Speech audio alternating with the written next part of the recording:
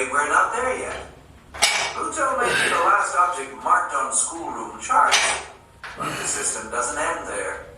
In fact, it isn't even close to ending there. We won't get to the solar system's edge until we have passed through the Oort cloud, a vast celestial realm of connecting comets, and we won't reach the Oort cloud for another, I'm so sorry about this, 10,000 years.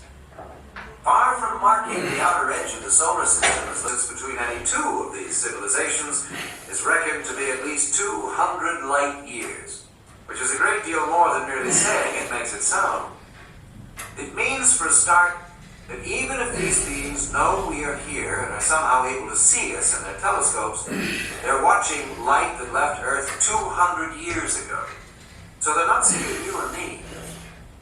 They're watching the French Revolution, and Thomas Jefferson, and people in silk stockings and powdered wigs, people who don't know what an atom is or a gene, and who make their electricity by rubbing a rod of amber with a piece of fur and think that's quite a trick. Any message we receive from these observers is likely to begin, "Dear Sire," and congratulate us on the handsomeness of our horses and our mastery of whale oil. 200 light years is a distance so far beyond us as to be, well, just beyond us.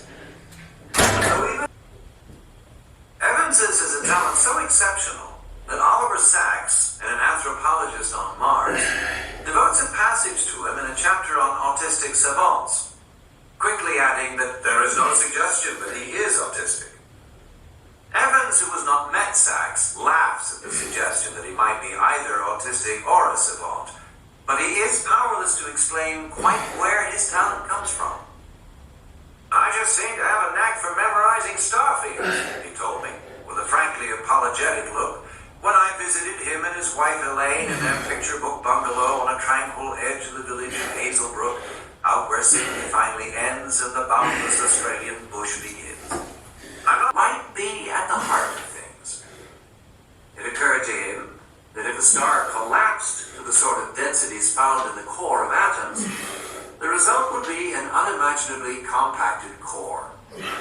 Atoms would literally be crushed together, their electrons forced into the nucleus, forming neutrons. You would have a neutron star.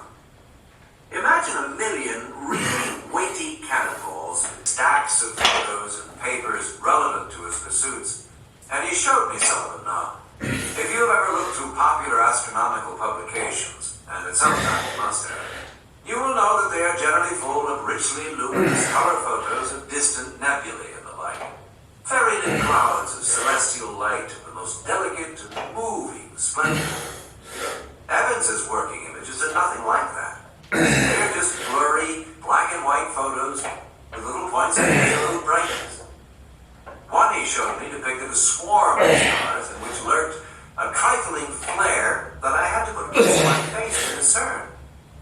This, Evans told me, was a star in a constellation called Fornax, from a galaxy known to astronomy as NGC 1365.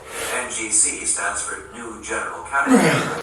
Anything potent enough to put on such a show could well blow away the magnetosphere, the magnetic zone high above the Earth that normally protects us from ultraviolet rays and other cosmic assaults.